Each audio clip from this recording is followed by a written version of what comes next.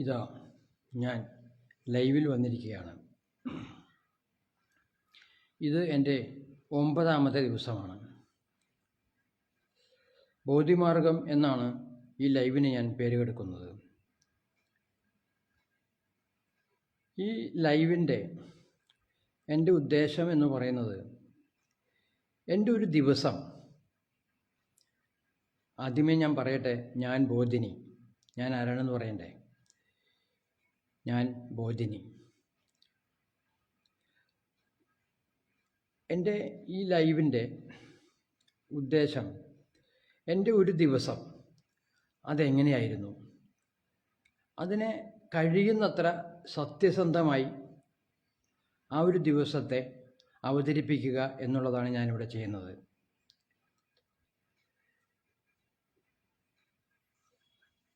അത് ചിലപ്പോൾ കേൾക്കുന്ന ഒരാൾക്ക് മുഷിപ്പുണ്ടാക്കിയെന്ന് വരാം, എന്തിനാണ് ഇത്ര ദീർഘിപ്പിച്ച് പറയുന്നതെന്ന് വരാം, എന്തിനാണ് നിങ്ങളുടെ ഒരു ദിവസത്തെക്കുറിച്ച് എനിക്ക് അറിയേണ്ട കാര്യം എന്ന് തോന്നിയേക്കാം. എന്നാൽ ഞാൻ പറയുന്ന കാര്യങ്ങൾ ഒരു ആസ്വാദനമല്ല, ഒരു കോമഡിയല്ല. ഞാൻ അനുഭവിച്ച ഒരു ദിവസമാണ് ഞാൻ നിങ്ങളോട് പങ്കിടുന്നത്. അതിൽ എൻ്റെ ദുഃഖങ്ങൾ പങ്കിടാനല്ല. എനിക്ക് ദുഃഖമുണ്ടെങ്കിൽ അതും ഞാൻ പങ്കിടും, എനിക്ക് സന്തോഷമുണ്ടെങ്കിൽ അതും ഞാൻ പങ്കിടും. നിങ്ങളിത് കേൾക്കുകയാണെങ്കിൽ ചില അറിവുകൾ, ചില വിജ്ഞാനങ്ങൾ, ചില വിവരങ്ങൾ നിങ്ങൾക്ക് എന്നിലൂടെ കിട്ടും. അതാണ് നിങ്ങൾക്കുള്ള ഗുണം.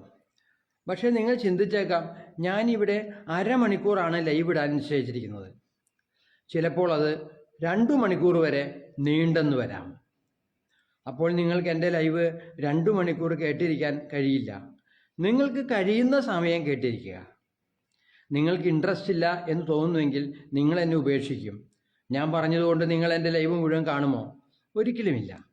നിങ്ങൾക്ക് ഇഷ്ടമുണ്ടെങ്കിൽ നിങ്ങൾ കാണും. നിങ്ങളെ ഇഷ്ടപ്പെടുത്തുക എന്നുള്ളത് മാത്രം എൻ്റെ ലക്ഷ്യമല്ല. നിങ്ങൾ ഇഷ്ടപ്പെടുന്നത് എനിക്കിഷ്ടമുള്ള കാര്യമാണ്, പക്ഷേ നിങ്ങളെ ഇഷ്ടപ്പെടുത്തുക എന്നുള്ളത് എൻ്റെ ലക്ഷ്യമല്ല. ഇനി ഞാൻ ഇന്നലെ എന്ന ദിവസത്തിലേക്ക് കിടക്കാം. രാവിലെ ഉണർന്നു, 7 മണിക്ക് ഒരു ലൈവ് ഇട്ടു.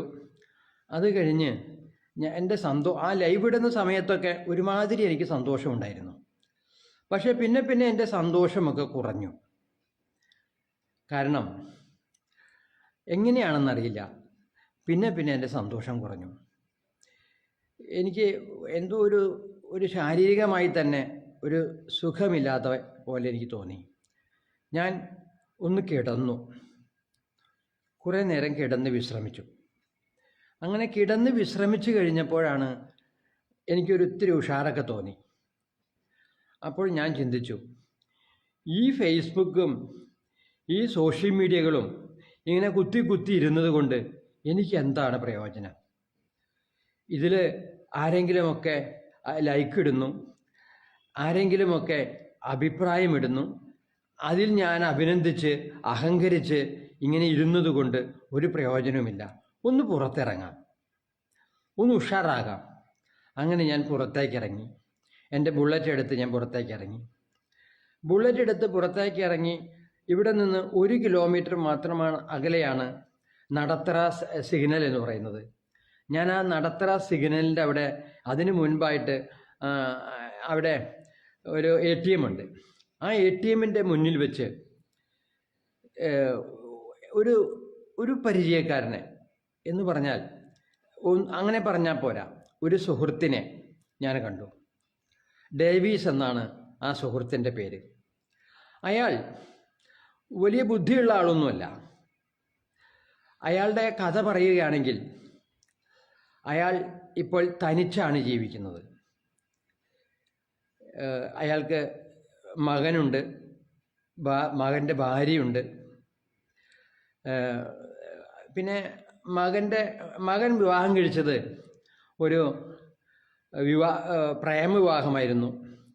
ഒരു കൗൺസിലറുടെ, എന്താണ് ആ കൗൺസിലറുടെ പേരെന്ന് എനിക്കറിയില്ല, ഒരു കൗൺസിലറുടെ കോർപ്പറേഷനിലെ കൗൺസിലറുടെ മകളെയാണ് അയാൾ തട്ടിക്കൊണ്ടുവന്നത്. ആ അമ്മയ്ക്ക് അത് ഇഷ്ടമുണ്ടായിരുന്നോ എന്ന് എനിക്കറിയില്ല. അങ്ങനെ അവർ വിവാഹം കഴിച്ചു, കുട്ടിയൊക്കെ ആയിട്ടുണ്ട്. അയാളുടെ വീട് പകുതി പണി കഴിച്ച്, അതായത് ആ മനുഷ്യൻ്റെ, ഈ ഡേവിസ് എന്ന് പറയുന്ന ആളുടെ വീട് എൻ്റെ വീടിൻ്റെ പരിസരത്താണ്. പകുതി പണി കഴിച്ച് അയാൾ അങ്ങനെ നിർത്തി വച്ചിരിക്കുകയാണ് ആ പണി. 5 വർഷമായി പകുതി പണി കഴിച്ച് നിർത്തി വച്ചിരിക്കുന്നു. ആ പഴയ പെരയെ വലുതാക്കി എടുക്കുകയാണ് ചെയ്യാൻ ശ്രമിച്ചിരുന്നത്. അതിൻ്റെ പകുതി പണി കഴിച്ച് ഇത് എന്നിട്ട് അയാൾ അതിൽ ഒരു തൊഴുത്തിൽ കിടക്കുന്നത് പോലെ 5 വർഷമായി ഈ ഡേവീസ് ആ തൊഴുത്തിൽ കിടക്കുകയാണ്. തൊഴുത്തിൽ കിടക്കുന്നത് പോലെ കിടക്കുകയാണ് ഒറ്റയ്ക്ക്. അയാൾ മകൻ വാടകയ്ക്ക് കുറച്ച് അകലെ പള്ളിയുടെ അവിടെ, ഈ ഞങ്ങളുടെ നടത്തറ പള്ളിയുടെ പരിസരത്ത് ഒരു വാടകയ്ക്കൊരു വീടെടുത്ത് അവിടെ താമസിക്കുന്നു. പേരക്കുട്ടിയൊക്കെ ഉണ്ട്. ഇയാൾ അയാളുടെ വീട്ടിലൊക്കെ പോകും, മകൻ്റെ വീട്ടിലൊക്കെ പോകും. വലിയ സ്നേഹമാണ്, കുട്ടികളൊക്കെ കളിപ്പിക്കും. ഇയാൾ ഒരു മദ്യപാനിയാണ്. ഈ ഡേവീസ് ഒരു മദ്യപാനിയാണ്. ഇയാളുടെ ജോലി എന്ന് പറഞ്ഞാൽ ഓരോരുത്തർക്കും സർക്കാർ തലത്തിലുള്ള കാര്യങ്ങൾ ചെയ്തു കൊടുക്കുന്നതിന് സഹായിക്കുക എന്നുള്ളതാണ് ഈ മനുഷ്യൻ്റെ ജോലി. അങ്ങനെ ഇയാൾ ഇതുകൊണ്ടാണ് അയാൾ ജീവിക്കുന്നത്. എന്നാൽ അയാൾ വലിയ ബുദ്ധിയുള്ള ആളൊന്നുമല്ല, വലിയ കഴിവോ സാമർഥ്യമോ ഒന്നുമുള്ള ആളല്ല. പക്ഷെ ഒരു അഹങ്കാരമൊക്കെയുള്ള ആളാണ്. ഞാൻ നിസ്സാരക്കാരനല്ല എന്ന് തോന്നുന്ന ഒരു അഹങ്കാരമുള്ള ആളാണ് അയാൾ. പഴയ കാലത്ത് ഒരു ഡ്രൈവറായിരുന്നു, ഒരു ലോറിയുടെ ഡ്രൈവറായിരുന്നു. പിന്നെ എന്തോ അവിടെ ഒട്ട് കമ്പനിയിൽ എന്തോ ഏജൻറ്റോ ഒക്കെ ആയിട്ട് നല്ല കാലം കഴിച്ചു കൂട്ടി. ഇപ്പോൾ അയാൾക്ക് 65 വയസ്സാണ് ഏകദേശം ഉള്ളത്. അപ്പോൾ ആ മനുഷ്യനെ ഞാൻ കണ്ടുമുട്ടി. ഇനി അയാളെക്കുറിച്ച് പറയുകയാണെങ്കിൽ, ഈ മനുഷ്യൻ എന്നെ, ഞാനും അയാളായിട്ട് ഇഷ്ടക്കേടായിട്ട് നിൽക്കുകയാണ്. കാര്യം എന്താണെന്ന് വെച്ചാൽ, ആ മനുഷ്യൻ്റെ വീട്ടിലേക്ക്, അയാൾക്ക് ഈ സമൂഹത്തിൽ വലിയ വിലയൊന്നുമുള്ള ആളല്ല, അങ്ങനെ ഒരു മനുഷ്യനാണ് അയാൾ. ആരെയും കണ്ടാൽ ഒരു 100 രൂപ കടം ചോദിക്കുന്നവരെ ആളാണ് മദ്യം കഴിക്കാൻ വേണ്ടി. അതാണ് അയാളുടെ ഒരു സ്വഭാവം. അപ്പോൾ അയാൾക്ക് ഇത്ര വിലയുള്ളൂ എന്നുള്ളത് മനസ്സിലായല്ലോ. അങ്ങനെ ആ മനുഷ്യൻ എനിക്ക് അയാളൊരു സഹായം ചെയ്തു തന്നു. എനിക്കിവിടെ വീട്ടിൽ ഒരു ഗ്ലാസ് ഇടേണ്ട ഒരു മിറർ എൻ്റെ ഉടഞ്ഞു പോയിട്ടുണ്ടായിരുന്നു.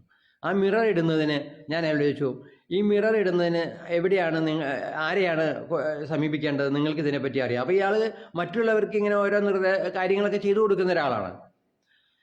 അപ്പോൾ അയാൾ പറഞ്ഞു, ഞാൻ ആളെ കൊണ്ടുവരാം. അങ്ങനെ അയാൾ ഒരു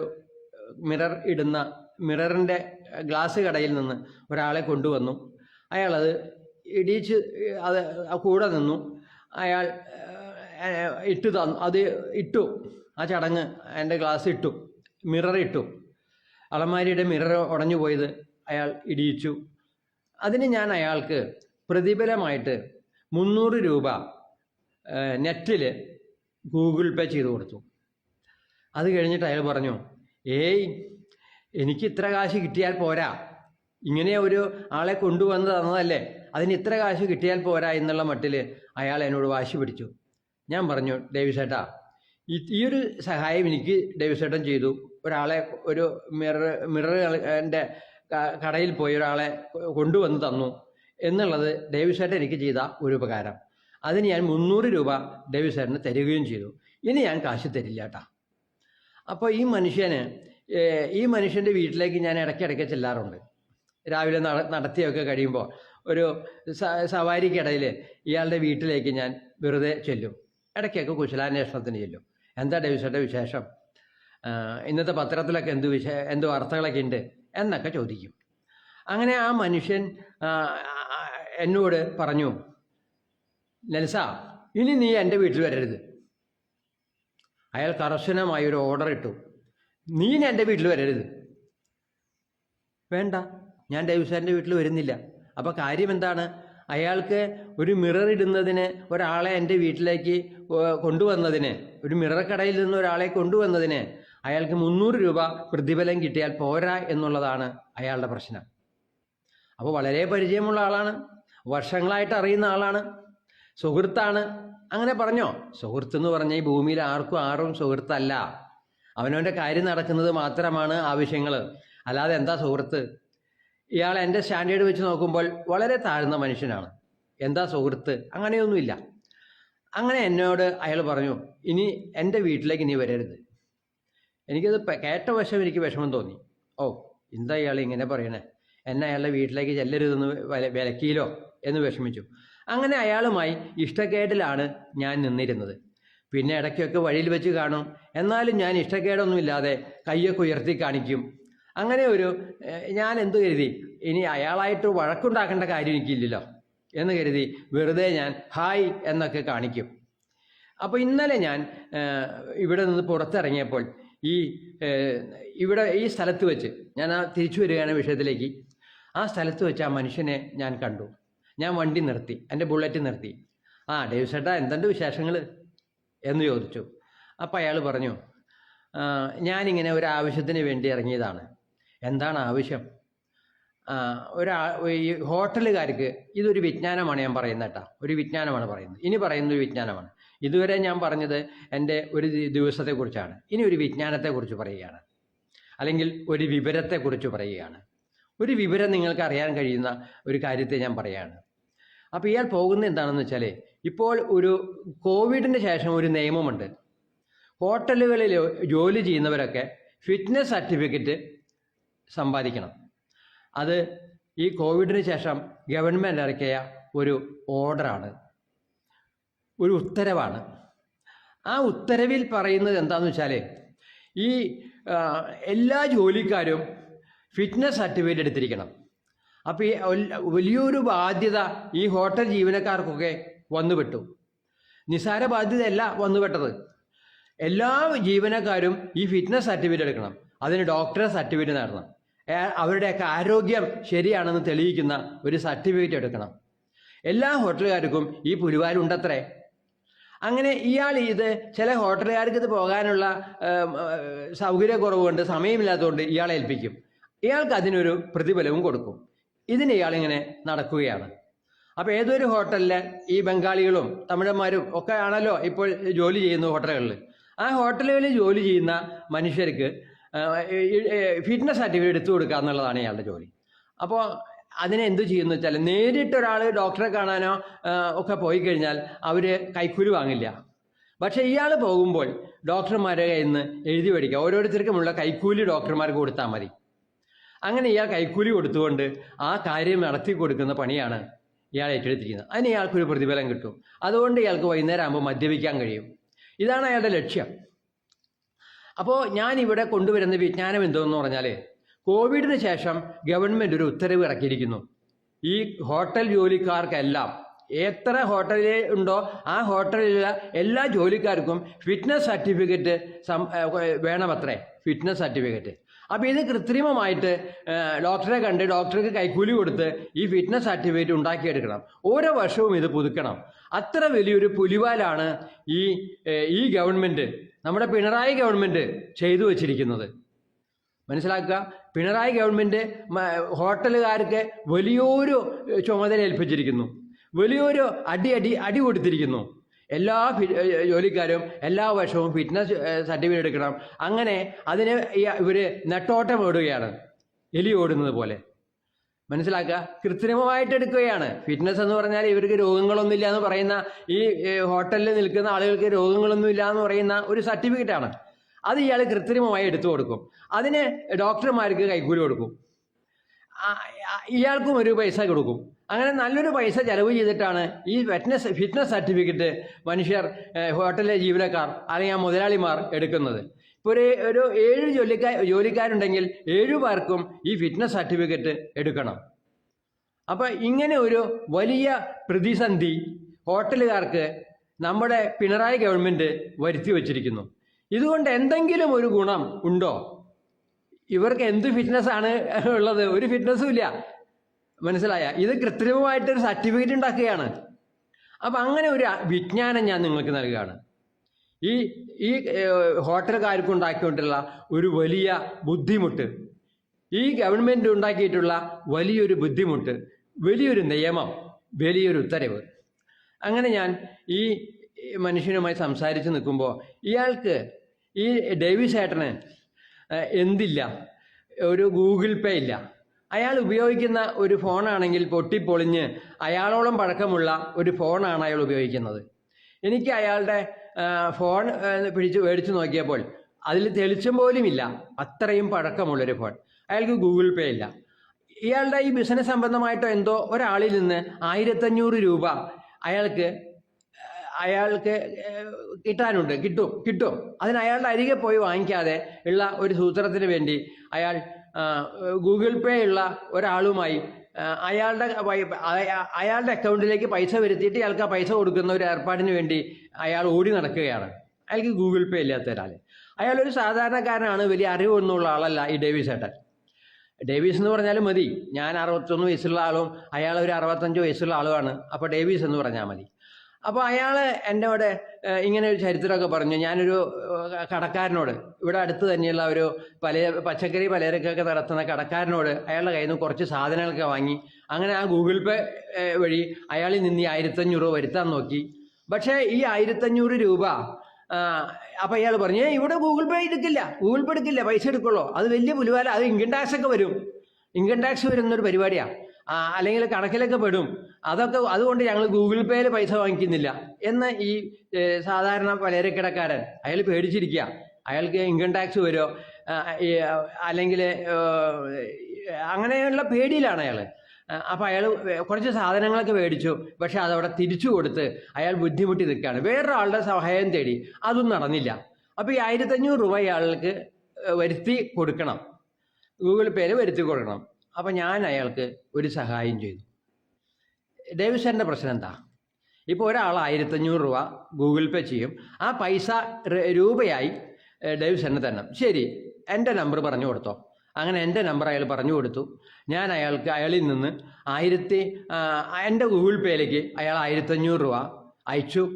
ഞാൻ ഈ ഡേവിസ് ഏട്ടന് 1500 രൂപയാണ് എനിക്ക് കൊടുത്തു. 3 നോട്ട് എനിക്ക് കൊടുത്തു. അയാൾക്ക് വലിയ സന്തോഷമായി. കാരണം അയാൾ പട്ടി നടക്കുന്ന മാതിരി നടക്കുകയാണ് 1500 രൂപ മേടിക്കാൻ വേണ്ടി. 3 സ്ഥലങ്ങളിൽ അയാൾ സമീപിച്ചു, നടന്നില്ല. അപ്പോൾ ഒന്ന് മനസ്സിലാക്കുക, അത്ര ബുദ്ധിയെ ഈ മനുഷ്യനുള്ളൂ. കാര്യം മനസ്സിലായോ? അങ്ങനെ ഞാൻ അയാൾക്ക് ഒരു സഹായം ചെയ്തു. എൻ്റെ ഒരു ശത്രുവാണ് ആളിട്ടാ. അയാൾ എന്നോട് പറഞ്ഞത്, നീ എൻ്റെ വീട്ടിൽ വരരുതിനി എന്ന് പറഞ്ഞ് മുടക്കിയ മനുഷ്യനാണ് ഈ ഡേവിസ് ഏട്ടൻ. അങ്ങനെ ഞാൻ അയാളെ ഒരു സഹായം ചെയ്തു. അയാൾക്ക് എന്നോട് ഇഷ്ടമായി. എൻ്റെ വഴക്കമൊക്കെ മാറി, അയാളുടെയും വഴക്കമൊക്കെ മാറി.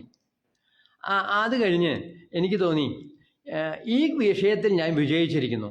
ഒരാളെ ഒന്ന് സഹായിക്കാൻ കഴിഞ്ഞല്ലോ, ചെറിയ കാര്യമാണെങ്കിലും അയാളൊന്ന് സഹായിക്കാൻ കഴിഞ്ഞല്ലോ. ആ സംതൃപ്തിയോടുകൂടി ഞാൻ വിചാരിച്ചു, ഇനി എന്താ ചെയ്യണ്ടേ. അപ്പം ഞാനൊരു വലിയ ലൈറ്റ് ഉണ്ടല്ലോ, വലിയ ലൈറ്റ്, ആ വലിയ ലൈറ്റും ഒരു FM-ൻ്റെ ഒരു ഇതും നന്നാക്കാൻ കൊടുത്തിരുന്നു. അവിടെ തുറന്നിട്ടുണ്ടോ എന്ന് നോക്കാൻ പോയി. അപ്പോൾ അയാൾ അവിടെ തുറന്നിട്ടില്ല. അത് കഴിഞ്ഞ് ഞാൻ തീരുമാനിച്ചു, ഇനി എന്താ ഞാൻ ചെയ്യണ്ടേ എന്ന് ഞാൻ ആലോചിച്ചു. ബുള്ളറ്റ് ഇങ്ങനെ നിൽക്കുക, ഇനി എന്താ ചെയ്യണ്ടേ. അപ്പോൾ എനിക്ക് തോന്നി, അല്ല, ഇവിടെ അടുത്ത് ഒരു അഗസ്റ്റിൻ എന്ന് പറയുന്ന ഒരാളുടെ കടയുണ്ട്. എൻ്റെ അയൽവാസിയാണ്, ആയിരുന്ന ആളാണ് അഗസ്റ്റിൻ. എൻ്റെ വീടിൻ്റെ തൊട്ടടുത്ത് താമസിച്ചിരുന്ന ആളാണ്. അയാൾ അവിടെ നിന്ന് വിറ്റുപോയി, അയാളെ തറവാട്ടിലേക്ക് വിറ്റുപോയി. അയാളൊന്ന് കാണാമെന്ന് കരുതി. അങ്ങനെ ഞാൻ ആ മനുഷ്യനെ കാണാൻ ചെന്നപ്പോൾ അയാൾ അവിടെ ഇല്ല, അഗസ്റ്റിൻ ഇല്ല. എൻ്റെ ഒരു സുഹൃത്ത്, ഞാൻ ആരും സുഹൃത്തെന്ന് പറയും, ആരും എൻ്റെ സുഹൃത്തും അല്ലാട്ടാ, അത് ഞാൻ പറയാം. അയാൾ എൻ്റെ അയൽവാസിയായിരുന്നു. അയാളൊരു നല്ല മനുഷ്യനാണ്. അഗസ്റ്റിൻ നല്ല മനുഷ്യനാണ്, ശുദ്ധനാണ്. അയാൾ അത്യാവശ്യം സാമ്പത്തിക ശേഷിയുള്ള ഒരാളാണ്. അയാളുടെ മകൻ ആണിപ്പോൾ സ്ഥാപനം നടത്തുന്നത്. അയാളൊരു സ്ഥാപനം നടത്തുന്നുണ്ട്. എൻ്റെ വീടിൻ്റെ അവിടെ നിന്ന് കുറച്ചങ്ങനെ നീങ്ങിയിട്ട് അഞ്ചേരി സെൻറ്ററിൻ്റെ അടുത്ത് ഒരു സ്ഥാപനം നടത്തുന്നുണ്ട്. ആ സ്ഥാപനത്തിൽ അയാൾ ചെയ്യുന്നത് എന്താണെന്ന് വെച്ചാൽ, ഈ നമ്മുടെ കാറുകളുണ്ടല്ലോ, കാറുകളുടെ എക്സ്ട്രാ ഫിറ്റിങ്സ് ചെയ്തു കൊടുക്കുന്ന ഒരു സ്ഥാപനമാണ്. അതാണ് അയാളുടെ സ്ഥാപനം. ഇപ്പം ആ സ്ഥാപനം അത്ര വലിയ മെച്ചം അല്ലാന്ന് തോന്നുന്നു. അതൊന്നും എനിക്ക് അത്ര അറിയില്ല. അവിടെ കാറൊന്നും അങ്ങനെ വർക്ക് ചെയ്യുന്ന വേണ്ടി കിടക്കുന്നത് കാണാനില്ല. ഞാൻ അയാളെ ഒന്ന് കാണണമെന്ന് വിചാരിക്കും. പിന്നെ ഞാൻ വിചാരിക്കും, എന്തിനാ ഇപ്പം അയാളുടെ കച്ചവട സമയത്ത് ഞാൻ അയാളെ ബുദ്ധിമുട്ടിക്കണേ. എന്താ പരിചയം? എൻ്റെ അയൽവാസി ആയിരുന്നു എന്ന പരിചയമാണ്, ഇപ്പോൾ അയൽവാസിയല്ല. എൻ്റെ ഫേസ്ബുക്കിൽ അയാൾ ഫ്രണ്ടുമാണ്. ഇങ്ങനെ ഒരു പരിചയമാണ് ഇപ്പോൾ അയാൾക്കുള്ളൂ. നേരത്തെ അയാൾ എൻ്റെ അയൽവാസിയായിരുന്നു. കുറേ കൊല്ലങ്ങൾ, 10-12 കൊല്ലം എൻ്റെ അയൽവാസിയായിരുന്നു. എൻ്റെ ഒരു മതിലാണ്, അയൽവാസിയാണ്. അപ്പോൾ ആ മനുഷ്യനെ കാണണമെന്ന് കരുതി കഴിഞ്ഞ ദിവസം ഞാൻ അയാളെ കാണാൻ വേണ്ടി ചെന്നിരുന്നു. പക്ഷേ എനിക്ക് അയാളെ കാണാൻ അയാൾ ശമ്പളക്കാരനാണ് അവിടെ ഉണ്ടായിരുന്നത്. ശമ്പളക്കാരൻ പറഞ്ഞു അഗസ്റ്റിൻ ഇവിടെ ഇല്ല. അഗസ്റ്റിൻ ഇവിടെ ഇല്ല, എപ്പോൾ വരും? അയാൾ 5 മണിയാവും വരുമ്പോൾ. അങ്ങനെ ഞാൻ തിരിച്ചു പോന്നു. അപ്പോൾ ഞാൻ വിചാരിച്ചു ഇന്ന് ഞാൻ അഗസ്റ്റിനെ ഒന്ന് കാണാം, വെറുതെ ഒരു സൗഹൃദം എന്ന നിലയിൽ അഗസ്റ്റിനെ കാണാൻ ചെന്നു. അപ്പോഴും അയാളുടെ ശമ്പളക്കാരനാണുള്ളത്. ശമ്പളക്കാരനോട് ചോദിച്ചു അഗസ്റ്റിൻ ഇവിടെ ഇല്ലേ? ഞാൻ അയാളുടെ മുന്നത്തെ ഒരു അയൽവാസിയാണ്. ഇല്ല, അയാൾ സ്നേഹത്തോടെയല്ല, സ്നേഹമില്ലാതെയല്ല. ആ മനുഷ്യൻ എന്നോട് പറഞ്ഞു ഇല്ല, അയാൾ 5 മണിക്കേ വരുള്ളൂ. അതെന്താ അയാൾ 5 മണിക്ക് വരുന്നത്?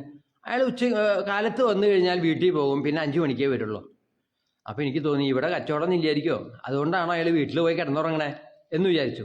അപ്പോൾ അയാൾ പറഞ്ഞു, ഞാൻ ചോദിച്ചു അതെന്താ അങ്ങനെ 5 മണിക്ക് വരുന്നേ? അല്ല, ഇപ്പം അയാളുടെ മകനൊക്കെ ഇവിടെ ഉണ്ട്, മകനൊക്കെയാണ് കാര്യങ്ങൾ നോക്കുന്നത്. പിന്നെ മാത്രമല്ല മകൻ്റെ ഭാര്യ നേഴ്സാണ്, മിഷൻ ഹോസ്പിറ്റലാന്ന് തോന്നുന്നു, നേഴ്സാണ്. അയാൾ പറയുന്നതാണ് കേട്ടോ, നേഴ്സാണ്. അഗസ്റ്റിൻ ഇനി 5 മണിക്കേ വരുള്ളൂ. ഇവിടെ മകനും ഇല്ല, അവനും ഇടയ്ക്ക് പോയിരിക്കുകയാണ്, ഞാനാണ് ഇപ്പോൾ ഇൻചാർജ് എന്ന് പറഞ്ഞു. അപ്പോൾ ഞാൻ വെറുതെ ചോദിച്ചു ഇവിടെ ഇപ്പോൾ ബിസിനസ്സൊക്കെ എങ്ങനെയുണ്ട്? ഇവിടെ ഇപ്പോൾ ഈ മാസം ബിസിനസ് കുറവാണ്, അടുത്ത മാസം തൊട്ട് ബിസിനസ് ഉണ്ട്. അപ്പോൾ എന്താ ബിസിനസ് എന്ന് വെച്ചാൽ പുതിയ കാറുകൾ മേടിക്കുമ്പോൾ പ്രധാനമായിട്ടുള്ള ഇയാളുടെ വർക്ക് എന്താണെന്ന് വെച്ചാൽ പുതിയ കാറുകൾ മേടിക്കുമ്പോൾ അതിൽ എക്സ്ട്രാ ഫിറ്റിങ്സ് നടത്തുന്നതിന് കമ്പനിക്കാർ ഇതൊരു വിജ്ഞാനം പറയാണ് കേട്ടോ. കമ്പനിക്കാർ നടത്തുകയാണ്, എക്സ്ട്രാ ഫിറ്റിങ്സ് വെക്കുകയാണെങ്കിൽ ഒരുപാട് പൈസ വാങ്ങും. അത് ഇവർ ചെയ്തു കൊടുത്താൽ അതിൽ വളരെ പൈസ കുറവിന് ഇവർ ചെയ്തു കൊടുക്കും. അതാണ് ഇയാളുടെ ബിസിനസ്. പിന്നെ ആർക്കെങ്കിലും ഈ ചില ആളുകളൊക്കെ പുതിയ കാറ് മേടിക്കും, വല്ല 20 കൊല്ലം പഴക്കമുള്ള കാറ് മേടിക്കും ചില ദരിദ്രവാസികൾ. ഈ ദരിദ്രവാസികൾ 20 കൊല്ലം പഴക്കമുള്ള കാറ് മേടിച്ച് അതിൽ കുറേ എക്സ്ട്രാ ഫിറ്റിങ്സ് ഒക്കെ ഉണ്ടാക്കും. അങ്ങനെ ആ എക്സ്ട്രാ ഫിറ്റിങ്സ് വിറ്റ് കൊടുക്കുകയാണ്. ഇത് ഇയാൾ ഡൽഹിയിൽ നിന്ന് വരുത്തും. ഇയാൾക്ക് ചീപ്പ് റേറ്റിന് കിട്ടുന്നത്. അതിൻ്റെ 3 ഇരട്ടി വിലയ്ക്കാണ് ഇയാൾ ഈ പാർട്സുകളൊക്കെ വിൽക്കുന്നത്. അതെനിക്കറിയാം, മനസ്സിലായോ? അപ്പം അങ്ങനെ ഈ മനുഷ്യൻ വീട്ടിലിരിക്കുകയാണ്. അപ്പോൾ അയാളുടെ മരുമകൾ നേഴ്സാണ് മിഷൻ ഹോസ്പിറ്റലിൽ. അപ്പോൾ ഇത്രയും ഡീറ്റെയിൽസൊക്കെ എനിക്ക് കിട്ടി. അപ്പോൾ അയാളെ കാണാൻ സാധിച്ചില്ല. അത് കഴിഞ്ഞ് ഞാൻ ടൗണിലേക്ക് പോയി സാഹിത്യ അക്കാദമിയിലെ ആ വലിയ ഹാളിൽ ഞാൻ ചെന്നു. അപ്പോൾ അവിടെ ഒരു പരിപാടി നടക്കുന്നു. ഇതെന്തു? അപ്പോൾ അവിടെ എല്ലാ ദിവസവും പരിപാടി നടക്കുന്നുണ്ടായിരിക്കും. സാഹിത്യ അക്കാദമിയിലെ ഹാളിൽ വലിയ ഹാളുണ്ട്, വേറെ 2 ഹാളുണ്ട്, 3 ഹാളുകളുണ്ട്. മറ്റ് 2 ഹാളുകളും 3 ഹാളുകളിൽ ഏറ്റവും പ്രധാനപ്പെട്ട ഹാളാണ് ഈ ഹാള്, താഴെയുള്ള ഹാള് സാഹിത്യ അക്കാദമിയിൽ. അപ്പം ഞാൻ പണ്ടൊക്കെ സാഹിത്യ അക്കാദമിയിൽ പോയിരിക്കാറുണ്ട്. അതെൻ്റെ ഒരു ശീലമായിരുന്നു. വെറുതെ അവിടെയൊക്കെ പോയി ചുറ്റി കറങ്ങി നടക്കും, ഒരു മണ്ടനെ പോലെ. അതായിരുന്നു ഞാൻ പണ്ടൊക്കെ ചെയ്തിരുന്നത്. ആരെങ്കിലൊക്കെ പരിചയപ്പെടും എന്ന് കരുതിയാണ് അവിടെ ചെല്ലുന്നത്.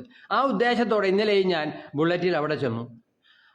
ഞാനിങ്ങനെ നോക്കിയപ്പോൾ കുറച്ച് പുസ്തകങ്ങളൊക്കെ നിരത്തി വെച്ചേക്കണു. എന്തോ ഒരു പരിപാടി ഇവിടെയുണ്ട് എന്നെനിക്ക് മനസ്സിലായി. എന്താണ് ആ പരിപാടി എന്ന് ഞാനൊന്ന് ചോദിച്ചറിഞ്ഞു.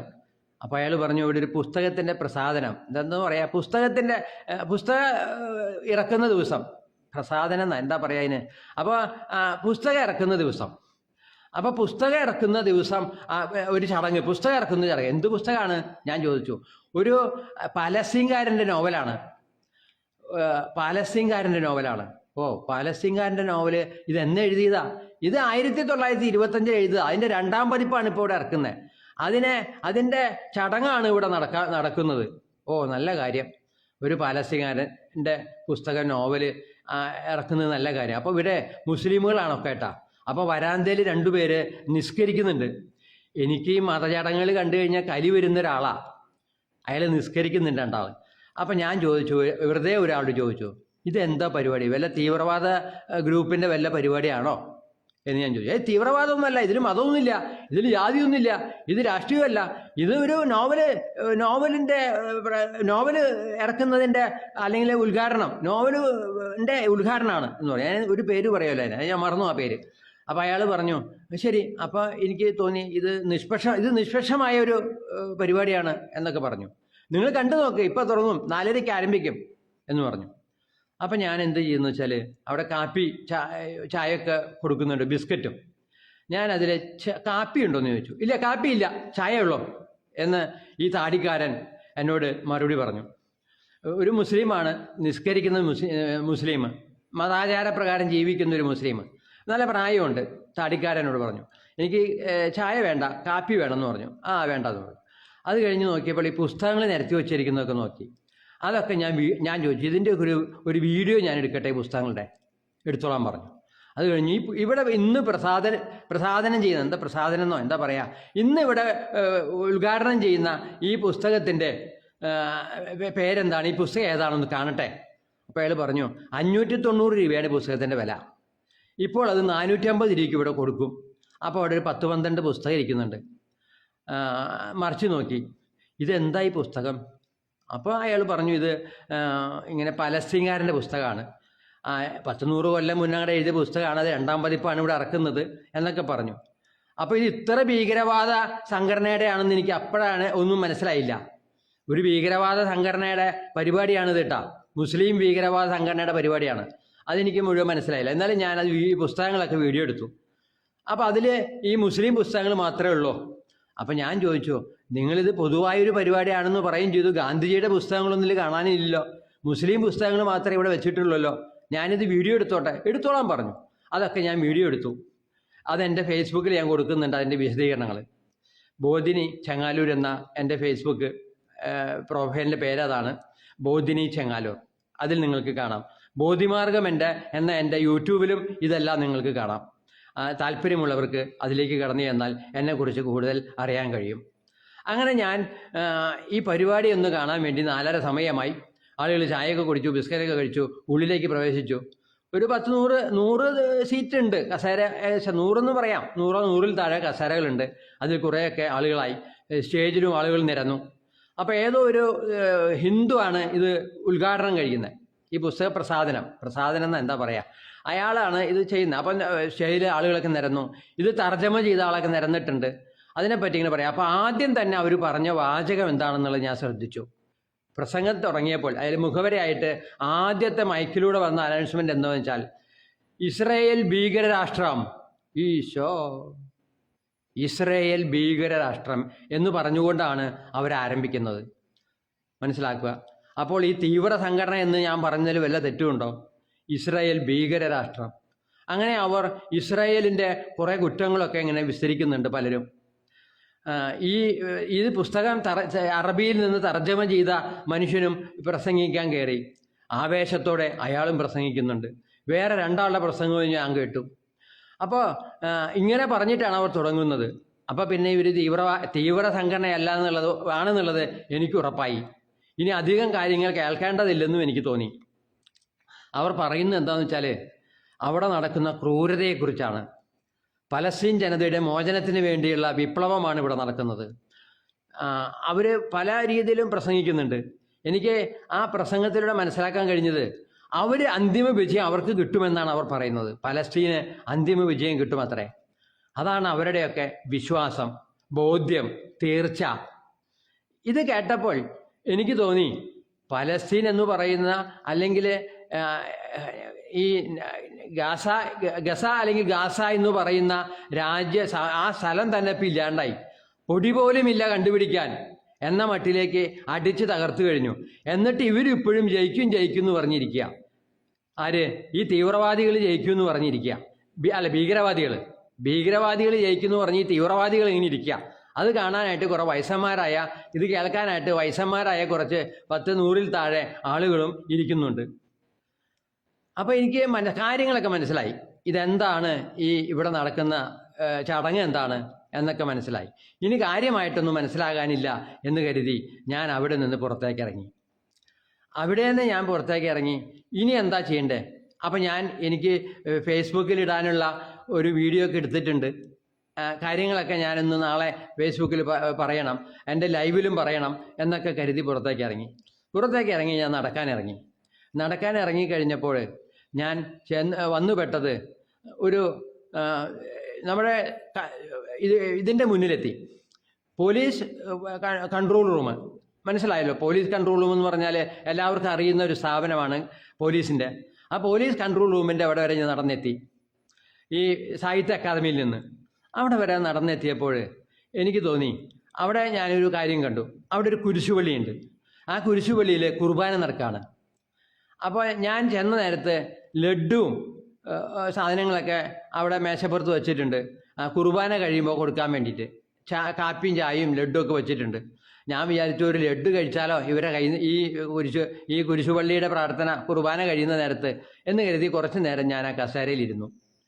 അപ്പോൾ എനിക്ക് തോന്നി അച്ഛൻ പ്രസംഗം കഴിഞ്ഞ് തുടങ്ങിയിട്ടേ ഉള്ളൂ, ഇനിയിപ്പോൾ തൽക്കാലം ഒന്നും എനിക്ക് ലഡ്ഡു കിട്ടില്ല, ചായയും കിട്ടില്ല. എനിക്ക് ലഡ്ഡു ഇഷ്ടമാണ്, അതുകൊണ്ടാണ് ഞാൻ ലഡ്ഡു കിട്ടാൻ വേണ്ടി ഒന്ന് കാത്തു നിൽക്കാം എന്ന് വിചാരിച്ചത്. നല്ല ലഡ്ഡു ആയിട്ട് എനിക്ക് തോന്നി.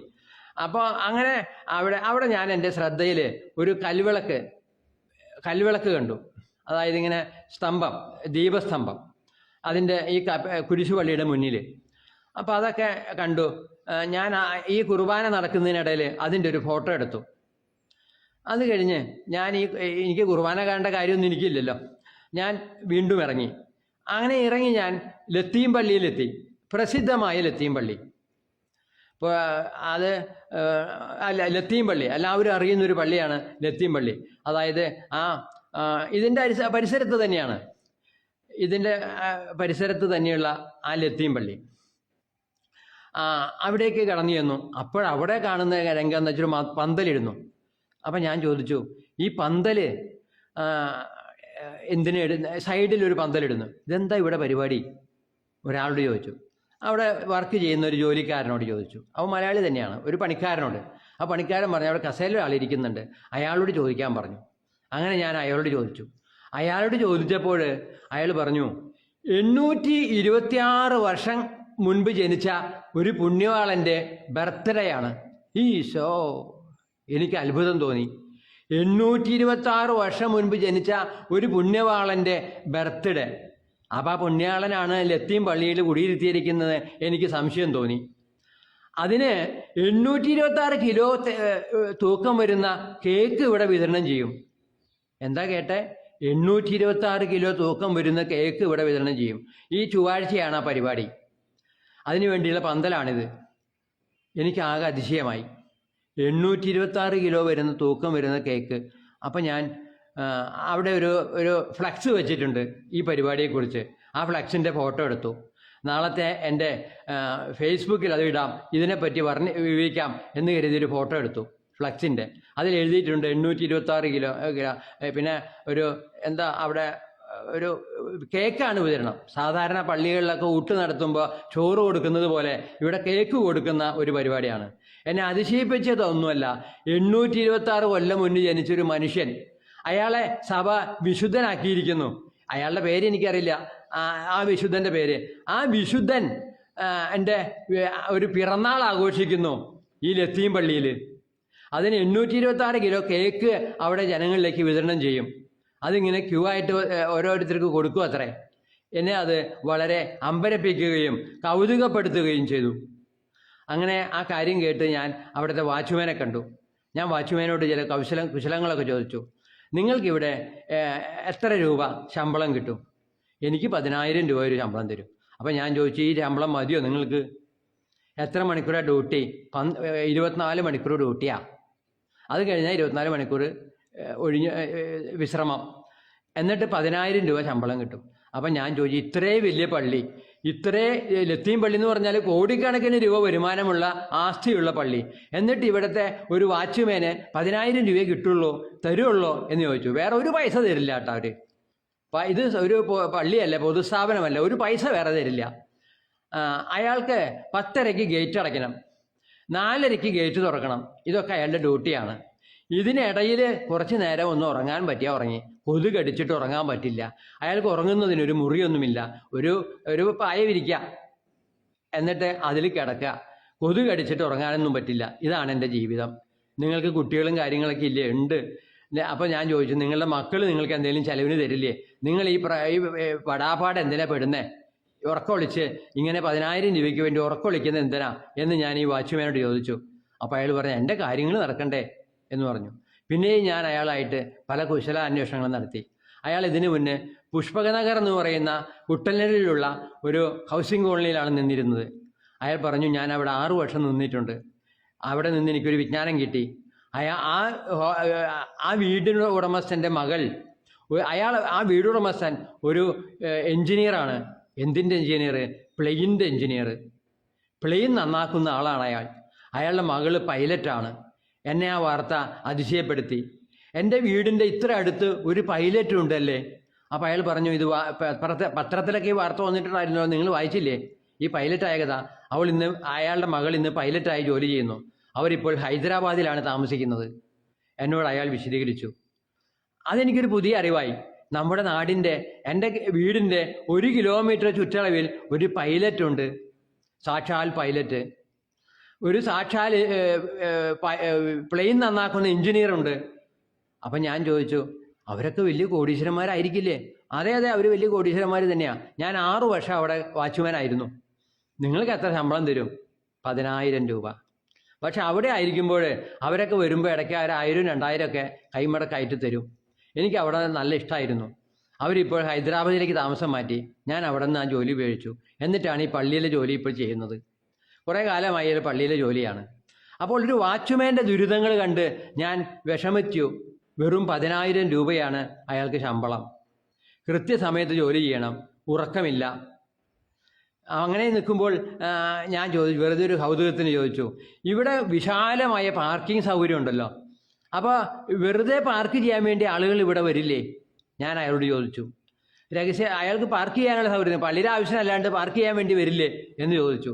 അപ്പോൾ അയാൾ പറഞ്ഞു, ഇല്ല, അങ്ങനെ ചിലരൊക്കെ വരും, അതിനിവിടെ പിഴ ഇടിയിക്കും. അങ്ങനെ ഒരു ഏർപ്പാടുണ്ടോ? പിഴ ഇടിയിക്കോ? അത് നിങ്ങൾ നോക്കി വെച്ചിരിക്കും. ഇവിടെ ഇട്ടിട്ട് പോയി അങ്ങനെ ഇറങ്ങിപ്പോയി സൂത്രത്തിലൂടെ കാർ എടുത്തുകൊണ്ട് പോകുന്ന ആളുകളെയൊക്കെ ഞങ്ങൾ പിടികൂടും. എന്നിട്ട് ആ പിടികൂടുമ്പോൾ ഞങ്ങൾ അതിനെ പിഴ ഈടാക്കും. അയ്യോ അമ്മേ, അങ്ങനെ ഒരു പരിപാടി ഉണ്ടാ? എത്ര രൂപ പിഴ ഈടാക്കും? കാറുകൾക്ക് 20 രൂപ, ബൈക്കുകൾക്ക് 10 രൂപ. അതെങ്ങനെയാണ് നിങ്ങൾ പിഴ ഈടാക്കുക? അങ്ങനെ വരുന്നവരെ ഞാൻ പിടിച്ചു നിർത്തും, വികാരി അച്ഛൻ്റെ അടുത്തേക്ക് പറഞ്ഞയക്കും. അങ്ങനെ വികാരി അച്ഛൻ്റെ 20 രൂപ പിഴ കൊടുത്തു കഴിഞ്ഞാൽ അവർക്ക് പോകാം. അപ്പോൾ ഇവിടെ എഴുതി വെച്ചിട്ടില്ലല്ലോ? ഞാൻ ചോദിച്ചു. അപ്പോൾ അയാൾ പറഞ്ഞു, അല്ല, അത് എഴുതി വെക്കേണ്ട കാര്യമൊന്നുമില്ല, അത് ആർക്കും അറിയാവുന്ന കാര്യമല്ലേ, ഇവിടെ പാർക്ക് ചെയ്യാനുള്ള സ്ഥലമല്ല പള്ളി എന്നുള്ളത്. അങ്ങനെ കള്ളത്തരത്തിൽ വന്ന് പാർക്ക് ചെയ്യുന്നവരുടെ കയ്യിൽ നിന്ന് 20 രൂപ വാങ്ങിക്കും. നല്ല കാര്യമാണ്, ഞാൻ അയാളോട് പറഞ്ഞു. അങ്ങനെ ഞാൻ പുറത്തേക്ക് ഇറങ്ങി ആ ലത്തീം പള്ളിയുടെ വിശാലമായ കോമ്പൗണ്ടിൽ നിന്ന്, ഗേറ്റിൽ നിന്ന് പുറത്തേക്ക് ഇറങ്ങി. ഒന്ന് നോക്കി, അപ്പോൾ ഒരു മനുഷ്യൻ ഇരിക്കുന്നു, ഒരു വീൽ ചെയറിൽ, കാലില്ലാത്ത മനുഷ്യൻ, വളരെ പ്രസന്നനായൊരു മനുഷ്യൻ. ഞാൻ അയാളെ കണ്ടു. അയാളോട് ചോദിച്ചു, നിങ്ങൾ എന്താണ് ഇങ്ങനെ ഇവിടെ ഇരിക്കുന്നത്? അവർ പറഞ്ഞു, എനിക്ക് ആരുമില്ല, എൻ്റെ ഭാര്യ മരിച്ചുപോയി, എനിക്ക് കാലില്ല, ഞാൻ ഈ വീൽ ചെയറിൽ ഇങ്ങനെ ഇരിക്കുകയാണ്. ഇവിടെ ആളുകളൊക്കെ എനിക്ക് ഭക്ഷണം കൊണ്ടുവന്ന് തരും, ചിലവരെന്നെ ചെറിയ പൈസ തന്ന് സഹായിക്കും. അപ്പോൾ ഞാൻ ചോദിച്ചു, നിങ്ങൾക്ക് ഭാര്യയുണ്ടോ? ഇല്ല, കുറച്ച് വർഷങ്ങൾക്ക് മുൻപ്, 3 വർഷം മുമ്പ് എൻ്റെ ഭാര്യ മരിച്ചു. നിങ്ങൾക്ക് കുട്ടികളുണ്ടോ? ഇല്ല, കുട്ടികളില്ല. നിങ്ങൾ എന്തായിരുന്നു ചെയ്തിരുന്നത്? അയാൾ പറഞ്ഞു, ഞാൻ റെയിൽവേയിൽ ഇങ്ങനെ ഭക്ഷണം കൊടുക്കുന്നൊരു ജോലിയിലായിരുന്നു. ഒരു ദിവസം ഞാൻ റെയിൽവേയിൽ ഭക്ഷണം കൊടുത്തുകൊണ്ടിരിക്കുമ്പോൾ ട്രെയിനിൽ നിന്ന് താഴെ വീണു. ട്രെയിനിൻ്റെ ആ ഗ്യാപ്പിലേക്ക് പോയി, എൻ്റെ കാല് അറ്റുപോയി. അപ്പോൾ ഞാൻ ചോദിച്ചു, നിങ്ങൾ എന്താ പറയുന്നത്? നിങ്ങളുടെ കാല് റെയിൽവേയുടെ ഇടയിൽപ്പെട്ട് അറ്റുപോയി, എന്നിട്ട് നിങ്ങളുടെ ജീവിതം എന്തായി? എനിക്ക് കാല് അറ്റുപോയതല്ല എൻ്റെ വിഷമം, ഞാൻ അതൊക്കെ കഴിഞ്ഞു, ഇപ്പോൾ എല്ലാം ശരിയായി. പക്ഷേ എൻ്റെ വിഷമം എൻ്റെ ഭാര്യ മരിച്ചതാണ്. അയാൾ എന്നോട് പറഞ്ഞു, അയാളുടെ ഭാര്യ മരിച്ചതാണത്രേ കാല് നഷ്ടപ്പെട്ടതിനേക്കാളും അയാൾക്ക് ദുഃഖം. അയാൾക്ക് വേറെ ബന്ധുക്കളൊന്നുമില്ല. അയാളുടെ പേര് ഫ്രാൻസിസ് എന്നാണ്. അയാൾ നമ്മുടെ മുരിങ്ങൂര് ധ്യാനകേന്ദ്രത്തിലെ ഏറ്റവും പ്രസിദ്ധനായ അച്ഛനുണ്ടല്ലോ, ആ അച്ഛൻ്റെ വീട്ടുപേര് എന്താണ്? ആ അച്ഛൻ്റെ വീട്ടുപേര്, ആ അച്ഛൻ്റെ വീട്ടുപേരുള്ള ആളാണ് പനക്കലച്ഛൻ. അതെ, പനക്കലച്ഛൻ. പനക്കൽ എന്നാണ് ഇയാളുടെ ഫ്രാൻസിസ് പനക്കൽ എന്നാണ് ഈ മനുഷ്യൻ്റെ പേര്. ഇയാൾ റെയിൽവേയിലൊക്കെ വളരെ ബന്ധമുണ്ടായിരുന്ന മനുഷ്യനാണ്, ജോലി ചെയ്തിരുന്ന മനുഷ്യനാണെന്ന് ഞാൻ പറഞ്ഞു. പനക്കലച്ഛൻ എല്ലാവരും അറിയുന്ന ഒരു അച്ഛനാണല്ലോ പനക്കലച്ഛൻ. ഡിവൈൻ ധ്യാനകേന്ദ്രത്തിലെ ഏറ്റവും വലിയ ആളാണ് പനക്കലച്ഛൻ. ആ പനക്കൽ എന്ന വീട്ടുപേരുള്ള ആളാണ് ഇയാൾ. അപ്പോൾ ഞാൻ ചോദിച്ചു, നിങ്ങൾ പനക്കൽ എന്നാണല്ലോ നിങ്ങളുടെ വീട്ടുപേര്, ആ പനക്കലച്ഛനുമായി നിങ്ങൾക്ക് അടുത്ത വല്ല ബന്ധമുണ്ടോ? അത്ര അടുത്ത ബന്ധമില്ല, ഞങ്ങളൊക്കെ വീട്ടുകാരാണ്. അപ്പോൾ അയാളിൽ നിന്ന് വല്ല സഹായമൊക്കെ ചോദിക്കായിരുന്നില്ലേ? ഇല്ല, ഞാൻ ചെന്നിട്ടില്ല, അവരൊക്കെ വലിയ വലിയ ആളുകളല്ലേ, ഞാൻ എന്ത് സഹായം ചോദിക്കാനാണ് എന്നാണ് ഇയാൾ പറഞ്ഞത്. ഈ മനുഷ്യൻ്റെ വലിയ കഥ എന്തെന്നാൽ ഇന്നിപ്പോൾ 1 വർഷക്കാലമായി അയാൾ ഉറങ്ങുന്നത് ഈ വീൽ ചെയറിലിരുന്നാണ്. അയാൾ എന്നോട് പറഞ്ഞപ്പോൾ എനിക്കൊരു രോമാഞ്ചം അനുഭവപ്പെട്ടു എന്നുള്ളതാണ്. ഒരു മനുഷ്യൻ ഉറങ്ങുന്നത്, എല്ലാ ദിവസവും ഉറങ്ങുന്നത് അയാളുടെ വീൽ ചെയറിലിരുന്നാണ്. അയാൾക്ക് വീടില്ല, അയാൾക്ക് ബന്ധുക്കളില്ല, അയാൾക്ക് ആരുമില്ല. ഈ ലത്തീം പള്ളിയുടെ മുന്നിൽ പുറത്ത്, ഗേറ്റിന് പുറത്ത്, അവിടെ മൂലയിൽ അയാൾ ആ വീൽ ചെയറിലിരുന്ന് ഉറങ്ങുന്ന മനുഷ്യൻ രാത്രിയിൽ ഉറങ്ങുന്നത് അയാൾ നിലത്ത് കിടന്നല്ല, ഒരു തിണ്ണയിലല്ല, ഒരു പായലല്ല, അയാളുടെ വീൽ ചെയറിലാണ്. അത് കേട്ടപ്പോൾ എനിക്ക് ഒരു അത്ഭുതം തോന്നി. ഒരു മനുഷ്യൻ ദിവസവും ഉറങ്ങുന്നത് വീൽ ചെയറിലിരുന്ന്, കാലില്ലാത്ത മനുഷ്യൻ, നടക്കാൻ പ്രയാസമുള്ള മനുഷ്യൻ, കാലിൽ എന്തൊക്കെയോ പൊട്ടിയൊലിക്കുന്ന വിധത്തിലുള്ള കെട്ടുള്ളൊരു മനുഷ്യൻ, ആരുമില്ലാത്ത മനുഷ്യൻ. ഞാൻ ചോദിച്ചു, നിങ്ങൾ സന്തോഷവാനാണോ? എനിക്ക് എന്താ സന്തോഷക്കുറവ്? ഞാൻ സന്തോഷവാനാണ് എന്നയാൾ പറഞ്ഞു. നിങ്ങൾ ഇതിനു മുൻപ് എവിടെയാണ് താമസിച്ചിരുന്നത്? ഈ കാലൊക്കെ പോയി കാര്യങ്ങളൊക്കെ കഴിഞ്ഞ് ഭാര്യയൊക്കെ മരിച്ചതിന് ശേഷം കോട്ടയത്തുള്ള ഒരു അനാഥശാലയിലാണ് ആ മനുഷ്യൻ താമസിച്ചിരുന്നത്. കോട്ടയത്തുള്ള അനാഥശാലയിൽ താമസിച്ചിരുന്ന ആ മനുഷ്യൻ 1.5 വർഷം അവിടെ താമസിച്ചു. അവിടെ 300ഓളം അന്തേവാസികളുണ്ട്. അവിടെ ഉള്ളത് മുഴുവൻ ഭ്രാന്തന്മാരാണ്. ഭ്രാന്തില്ലാത്തവരെ 6 മാസത്തിൽ വിട്ട് അവർ അവിടെ നിർത്താറില്ല. ഞാൻ ചോദിച്ചു, നിങ്ങളുടെ അനാഥശാലയിലെ ജീവിതം സന്തോഷമായിരുന്നോ? ആ മനുഷ്യൻ പറഞ്ഞു, അവിടെ എനിക്ക് സ്വാതന്ത്ര്യമൊക്കെ ഉണ്ടായിരുന്നു, പുറത്തിറങ്ങാനൊക്കെ കഴിഞ്ഞിരുന്നു. മറ്റ് ഭ്രാന്തന്മാരെയൊന്നും പുറത്തിറക്കില്ല, ഞാൻ പുറത്തിറങ്ങാനൊക്കെ സൗകര്യം ഉണ്ടായിരുന്നു, സന്തോഷമുള്ള ജീവിതമായിരുന്നു. അവരെന്നോട് പറഞ്ഞു, ഇനി നിങ്ങൾ വല്ല ലോട്ടറി വിറ്റ് പുറത്ത് പോയി ജീവിച്ചോ എന്ന് പറഞ്ഞ് എന്നെ പുറത്തേക്ക് അയച്ചതാണ്. ഞാൻ ഇവിടെ ഇപ്പോൾ ഈ കോട്ടയത്ത് നിന്ന് ലത്തീൻ പള്ളിയുടെ മുന്നിൽ ഇവിടെ ജീവിക്കുകയാണ്. അയാളുടെ കഥ എന്നെ വളരെ വേദനിപ്പിച്ചു. ഉറങ്ങുന്നത് എവിടെയാണെന്ന ചോദ്യത്തിലാണ് ഞാൻ ആകെ സ്തംഭനായി പോയത്. ഉറങ്ങുന്നത് വീൽ ചെയറിലാണ്. അത് സത്യമാണെന്ന് എനിക്ക് മനസ്സിലായി. ഒരു പാവം മനുഷ്യനാണ്, അയാൾ എന്തിനു നുണ പറയണം? ഞാൻ ചോദിച്ചു, ഞാൻ നിങ്ങളുടെ ഒരു വീഡിയോ എടുക്കട്ടെ, വിരോധമുണ്ടോ? ആദ്യം തന്നെ ഒരു സെൽഫി എടുക്കട്ടെ എന്ന് ചോദിച്ചു. ഒരു സെൽഫി എടുത്തു. അത് കഴിഞ്ഞ് വീഡിയോ എടുക്കട്ടെ എന്ന് ചോദിച്ചു. നിങ്ങൾ എന്ത് വേണമെങ്കിൽ എടുത്തോ, എനിക്കൊരു കുഴപ്പമില്ല. ഞാൻ അയാൾക്ക് ഒരു 50ൻ്റെ, എൻ്റെ കയ്യിൽ അധികം ചേഞ്ച് ഉണ്ടായിരുന്നില്ല, ഒരു 500ൻ്റെ നോട്ടും ഒരു 200ൻ്റെ നോട്ടും പിന്നെ 50ൻ്റെ നോട്ടേ ഉണ്ടായിരുന്നുള്ളൂ.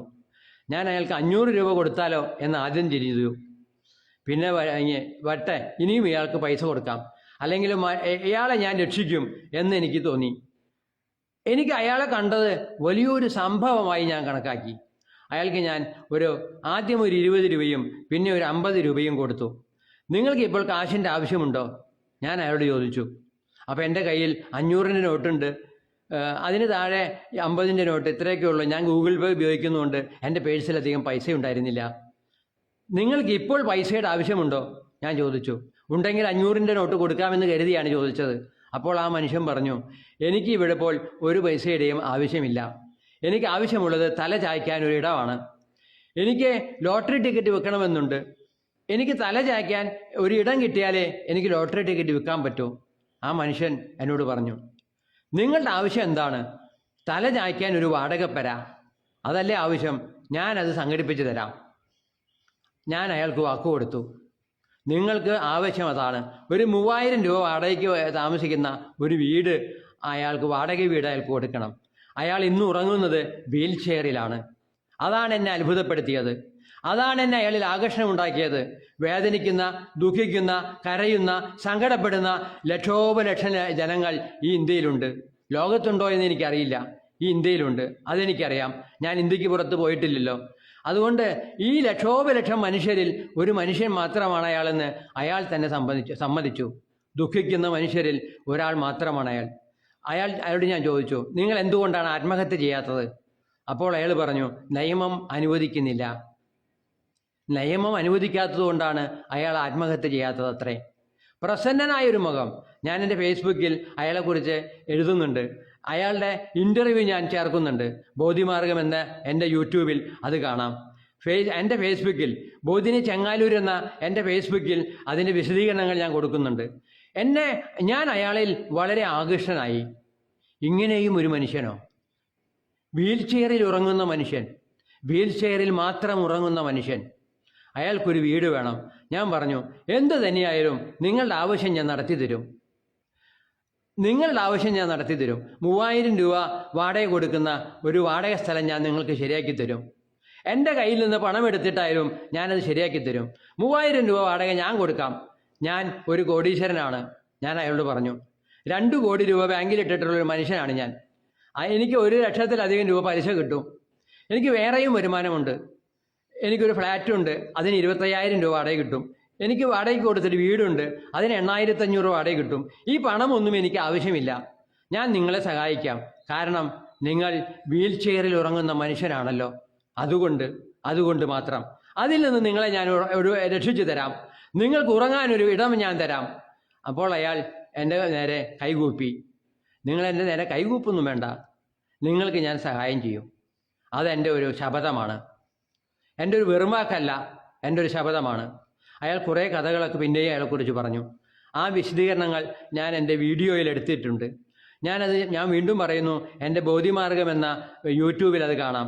എൻ്റെ ഫേസ്ബുക്കിലും അത് ഞാൻ ഇടാൻ ഉദ്ദേശിക്കുന്നുണ്ട്.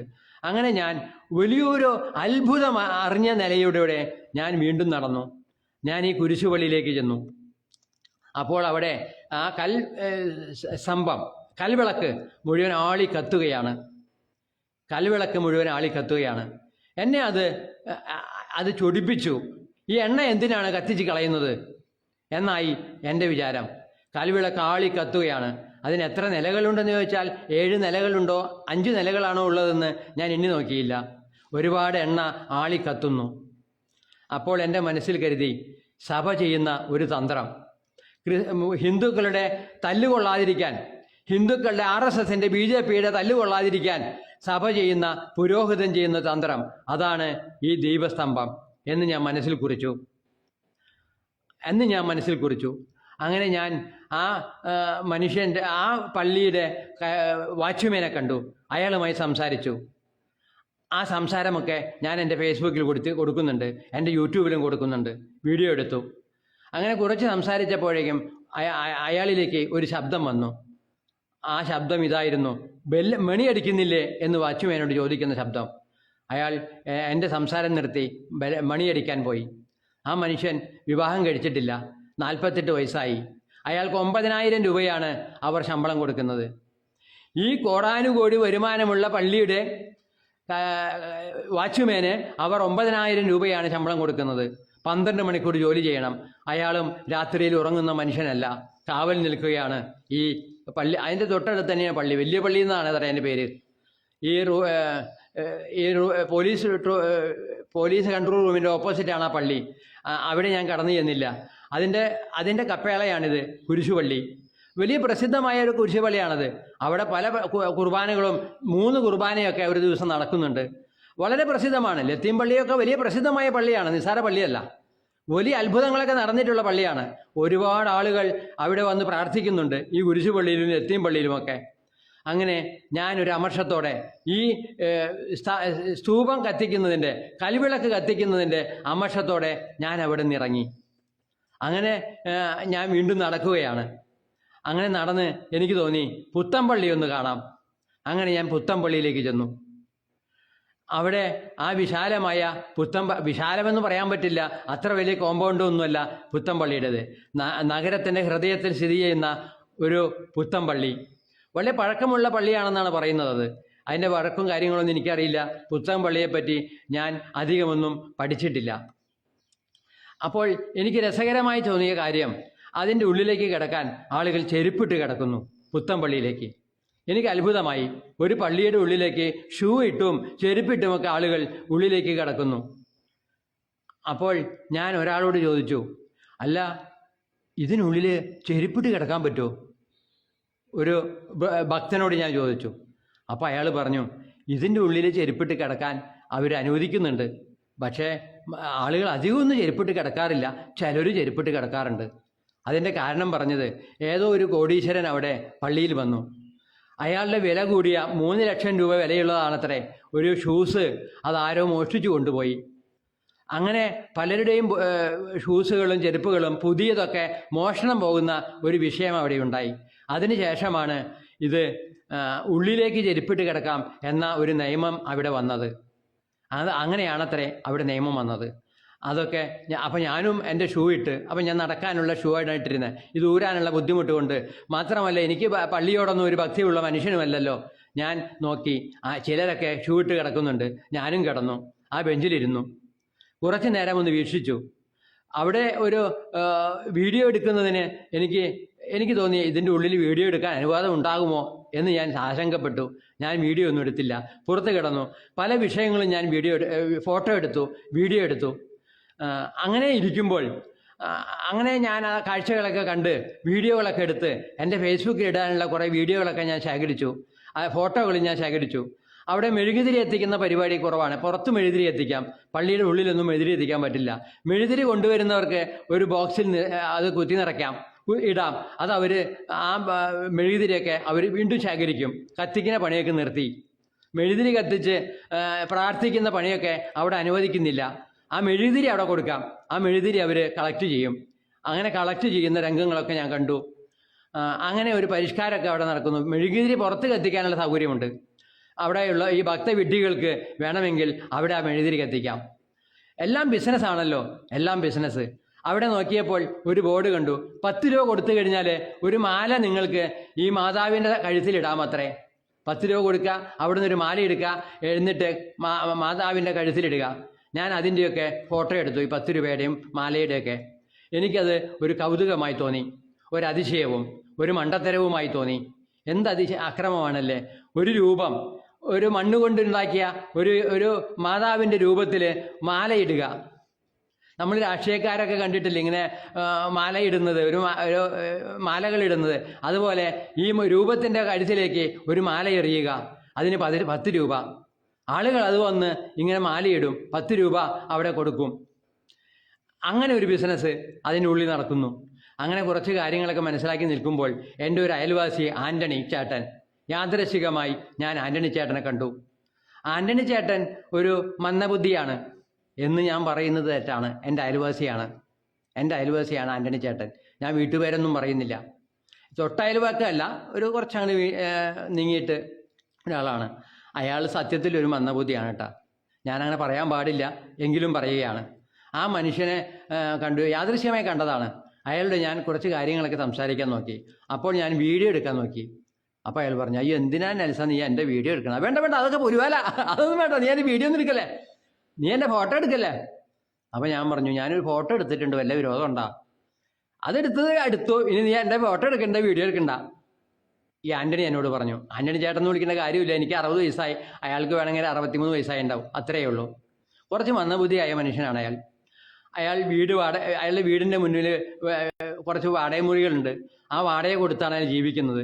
അയാളുടെ മകൻ വിദേശത്താണ്, ഒരു മകനേ ഉള്ളൂ. അയാൾക്കൊരു ഭാര്യയുണ്ട്. അങ്ങനെ നല്ല രീതിയിൽ ജീവിക്കുന്ന ഒരു നല്ല മനുഷ്യൻ. അതുകൊണ്ടാണ് ഞാൻ മണ്ടൻ എന്ന് പറയുന്നത്. നല്ല മനുഷ്യരൊക്കെ, പാവം മനുഷ്യരൊക്കെ മണ്ടന്മാരാണല്ലോ. അയാൾ വലിയ ബുദ്ധിരാക്ഷസനൊന്നുമല്ല. അയാൾ കുതന്ത്രവും തന്ത്രവുമില്ല, ചതിയൊന്നുമില്ല. ശുദ്ധനായ മനുഷ്യൻ. ആൻ്റണി ചേട്ടനെ കുറിച്ച് ഒരു വാക്കിൽ ഞാൻ പറഞ്ഞാൽ ശുദ്ധനായ മനുഷ്യൻ. അതുകൊണ്ടാണ് ഞാൻ അയാളെ പാവമെന്നും മണ്ടനെന്നും ഒക്കെ വിളിക്കുന്നത്. പാവങ്ങളൊക്കെ മണ്ടന്മാരാണ്, മണ്ടന്മാരൊക്കെ ശുദ്ധന്മാരുമാണ്. അങ്ങനെ ഞാൻ അയാളെ കണ്ടു, അയാളെ സംസാരിച്ചു. പക്ഷെ അയാൾ എന്നോട് ഒരു വില്ലത്തരം പറഞ്ഞു, എൻ്റെ കാര്യങ്ങളൊന്നും നീ എടുക്കല്ലേട്ടോ, ഒരുപാടുണ്ടാക്കല്ലേ, നീ ആള് പെശക എന്നൊക്കെ എന്നോട് പറഞ്ഞു. അങ്ങനെ ഞാൻ അയാളോട് കുശലം പറഞ്ഞ് അയാൾ നടന്നു. അല്ല ആൻ്റണി, നമുക്ക് എൻ്റെ ബുള്ളറ്റിൽ പോകാം, എൻ്റെ അയൽവാസമാണ്. അപ്പോൾ 8 മണിയായിട്ടുണ്ട്, മഴ ചാറുന്നുണ്ട്. ഇന്നലത്തെ സംഭവമാണ് പറയുന്നത്. തൃശ്ശൂർ നഗരത്തിൽ മഴ ചാറുന്നുണ്ട്. ഞാൻ അങ്ങോട്ട് പോകുമ്പോൾ ഭയങ്കര വെയിലായിരുന്നു. തിരിച്ച് 8 മണിയായി. ഞാൻ 3 മണി മുതൽ ചുറ്റിയടിച്ച് 8 മണിയിലേക്ക് എത്തി. അപ്പോൾ അയാൾ പറഞ്ഞു, വേണ്ട, ഞാൻ കുറച്ച് സാധനങ്ങൾ ഒരു കടയിൽ മേടിച്ചു വെച്ചിട്ടുണ്ട്. ഞാൻ കുറച്ച് വെളിച്ചെണ്ണ, ഖാദിയുടെ വെളിച്ചെണ്ണ മേടിക്കുന്നുണ്ട്. 1 ലിറ്ററിന് 150 രൂപ. ഞാൻ ചോദിച്ചു, 150 രൂപ ലിറ്ററിന് എന്താ ലാഭം? അല്ല, ലാഭമല്ല, ഇത് ഖാദിയിൽ നിന്ന് നല്ല വെളിച്ചെണ്ണ കിട്ടുമല്ലോ എന്ന് കരുതിയാണ്. അപ്പം ഞാൻ ചോദിച്ചു, നമ്മുടെ കോളേജിൻ്റെ മുന്നിൽ ഒരു ചക്ക് ആട്ടുന്നുണ്ടല്ലോ, അവിടെ നല്ല വെളിച്ചെണ്ണ കിട്ടില്ലേ? എനിക്ക് വിശ്വാസം ഖാദിയുടെ വെളിച്ചെണ്ണ എനിക്ക് ഇഷ്ടം, അത് വിശ്വസിക്കാം, ഗവൺമെൻറ്റിൻ്റെ അല്ലേ എന്നയാൾ പറഞ്ഞു. അപ്പോൾ ചക്കിലാട്ടിയ വെളിച്ചെണ്ണ നിങ്ങൾക്ക് വിശ്വാസമില്ല, ഗവൺമെൻറ്റിൻ്റെ ഖാദിയുടെ വെളിച്ചെണ്ണയാണ് നിങ്ങൾക്ക് ഇഷ്ടം. അത് വല്ല റബ്ബറും കുരുവാണോ എന്ന് നിങ്ങൾ നോക്കിയിട്ടുണ്ടോ? അല്ല, എനിക്കത് വിശ്വാസമാണ്. അയാൾ 150 രൂപ കൊടുത്ത് ഖാദിയിൽ നിന്ന് സ്ഥിരമായി വെളിച്ചെണ്ണ മേടിക്കുന്നു വിശ്വാസത്തിന് വേണ്ടി. അത് റബ്ബർ നൂരാണോ എന്ന് എനിക്ക് അറിഞ്ഞുകൂടാ, ഗവൺമെൻറ്റിൻ്റെ അല്ലേ. മിൽമ പാല് പോലെയാണോ എന്ന് എനിക്കറിയില്ല. മിൽമ പാല് നല്ലതല്ലെന്ന് എനിക്കറിയാം. അതുപോലെയാണ് ഈ വെളിച്ചെണ്ണയും എന്ന് എനിക്കറിയില്ല, ഞാൻ ചിന്തിച്ചിട്ടില്ല. അതിനെപ്പറ്റി ഇനിയും ഗവേഷണം നടത്തേണ്ടതുണ്ട്. അപ്പോൾ ഞാൻ മഴ ചാറുന്നുണ്ട്, ഞാൻ നടന്നു, അയാളും നടന്നു. അയാളുടെ വഴിയിലേക്ക് പോയി. അത് കഴിഞ്ഞ് എന്നെ പുറകിൽ നിന്ന് അയാൾ ഓടി വന്ന് വിളിക്കുകയാണ്. നെൽസ, എനിക്കൊരു സഹായം ചെയ്യോ? അപ്പം ഞാൻ ചിന്തിച്ചു, ഞാൻ മനുഷ്യന് സഹായം ചെയ്യാനുള്ള ആളാ, നിങ്ങൾ പറഞ്ഞോ, എന്തു സഹായവും ഞാൻ ചെയ്യാം. അപ്പോൾ അയാൾ ഞാൻ പറഞ്ഞു, സഹായമൊക്കെ ഞാൻ എന്തു വേണമെങ്കിൽ ചെയ്യാം. ഞാനേ ഒരു ജർമ്മനിയിൽ നിന്ന് കൊണ്ടുവന്ന ഒരു ടൈം പീസ് ഉണ്ട്, അത് ഞാനിവിടെ ഒരു കടയിൽ കൊടുത്തു. അയാൾ എന്നിട്ടത് നന്നാക്കി തന്നു, അതിന് കാശും കൊടുത്തു. രണ്ടാമതത് കേടുവന്ന് കൊണ്ടു കൊടുത്തിട്ട് 3-4 ദിവസമായി. അയാൾ ഇപ്പോൾ പറയുന്നു ആ ടൈം പീസ് തന്നിട്ടുമില്ല, ഇവിടെ നിന്ന് മേടിച്ച് കൊണ്ടുപോയിട്ടുണ്ട് എന്ന്. ഇതിനൊക്കെ വല്ല രേഖയുണ്ട് ആൻ്റണി എന്ന് ഞാൻ ചോദിച്ചു. ഉണ്ട്, ഒരു തുണ്ടുകടലാസ് അയാൾ കാണിച്ചു തന്നു. 1000 ചില്ലാൻ രൂപ കൊടുത്ത ഒരു തുണ്ടുകടലാസ്, അവിടെ അടച്ച അവരെഴുതി തന്ന ഒരു തുണ്ടുകടലാസ്. വേറെ അവരുടെ വിസിറ്റിംഗ് കാർഡിൽ എഴുതി തന്ന ഒരു കടലാസ്. അതിൽ 1 വർഷം മുൻപാണ് അയാളെ നന്നാക്കം കൊടുത്തതെന്നാണ് അതിലെഴുതിയിരിക്കുന്നത്. ഈ 2 രേഖകളുമായി ഞാൻ അയാളെ സഹായിക്കാൻ ചെന്നു. ഇയാൾ എടുത്ത വഴിക്ക് പറയാ, എൻ്റെ ടൈം പീസ് മാറ്റി വെച്ചു, നിങ്ങൾ എൻ്റെ ടൈം പീസ് മാറ്റി. നിങ്ങൾ അങ്ങനെ. ഇയാൾ കുറേ ചീറ്റും തെറിയും ബഹളമൊക്കെ ഉണ്ടാക്കി, വലിയ ശബ്ദമൊക്കെ ഉണ്ടാക്കി, ആളുകളൊക്കെ കേൾക്കുന്ന വിധത്തിലായി. ഞാൻ പറഞ്ഞു, ആൻ്റണി ഒന്നും മിണ്ടാതിരിക്കുക, ഇവർ പറയുന്നത് ഞാൻ കേൾക്കട്ടെ. അപ്പം എന്നോട് ശാന്തമായി അതിൻ്റെ ഓണർ എന്ന് പറഞ്ഞാൽ അവിടുത്തെ സ്റ്റാഫ്, ഒരു വൃദ്ധനായ ഒരു സ്റ്റാഫ് എന്നോട് താടിയൊക്കെ വെച്ചിട്ട് സ്റ്റാഫ് പറഞ്ഞു, അതെ, ഇയാൾ 1 വർഷം മുന്നാണത് ഇവിടെ റിപ്പയർ ചെയ്യാൻ കൊണ്ടുവന്നത്, അത് റിപ്പയർ ചെയ്ത് കൊണ്ടുപോവുകയും ചെയ്തു. പിന്നെ അയാൾ ഇവിടെ കൊണ്ടുവന്നു എന്ന് പറയുന്നതൊക്കെ നുണയാണ്. ഇയാൾ പറയുന്നു 3 ദിവസം മുന്നേ അയാൾ കൊടുത്തു എന്ന്. ഈ കടക്കാരൻ പറയുന്നു ഇയാൾ പറയുന്നു നുണയാവുന്നു. അപ്പോഴേക്ക് ഇയാൾ ബഹളം വെച്ചു, ഒച്ച വെച്ചു, ഇവർ മാറ്റി മോഷ്ടിച്ചു, അങ്ങനെ ഇങ്ങനെ എന്നൊക്കെ പറഞ്ഞു. ഒരു കലഹമായി. ഇയാൾ എടുത്തു വഴിക്ക് പറഞ്ഞു, ഞാൻ പോലീസ് സ്റ്റേഷനിൽ കേസ് കൊടുക്കും എന്നൊക്കെ ഇയാൾ ഭീഷണിപ്പെടുത്തി. അങ്ങനെ ആകെ കലഹിച്ചു. അപ്പോൾ അയാൾ എന്നോട് പറഞ്ഞു, എൻ്റെ കടയിൽ ഇയാളുടെ ഈ ക്ലോക്ക് ഇരിക്കുന്നുണ്ടെങ്കിൽ ഞാൻ ആ ക്ലോക്ക് തരാം, ഇയാളൊന്ന് കണ്ടിട്ട് ഒന്ന് പറയട്ടെ എന്ന് പറഞ്ഞു. ഇയാളുടെ ക്ലോക്ക് ഒന്ന് കാണട്ടെ എന്ന് പറഞ്ഞു. അപ്പോൾ ഇയാളുടെ ക്ലോക്ക് കൊണ്ടുകൊടുത്തത് ഭാര്യയും മകനും കൂടിയാണ്, വിദേശത്തുള്ള മകനും ഭാര്യയും കൂടിയാണ് ക്ലോക്ക് നന്നാക്കാൻ കൊണ്ടുകൊടുത്തത്. 1 വർഷം മുൻപോ പിന്നെ അങ്ങനെയൊക്കെയാണ് കഥ. അപ്പോൾ അവിടെ നോക്കിയപ്പോൾ ആ ക്ലോക്ക് കണ്ടില്ല.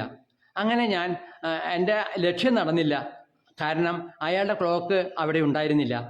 പിന്നെ ഇയാളുടെ ദേഷ്യവും ബഹളവും നാട്ടുകാർ കൂടുതലും ഒക്കെ ആയപ്പോൾ അത് ആകെ കശപിശയായി. അവിടെ ക്ലോക്കും ഇല്ല, അയാളുടെ കാര്യം നടന്നില്ല. ഇയാൾ എന്നോട് പിറുപിറുത്തു, ഞാൻ പോലീസ് സ്റ്റേഷനിൽ കേസ് കൊടുക്കും.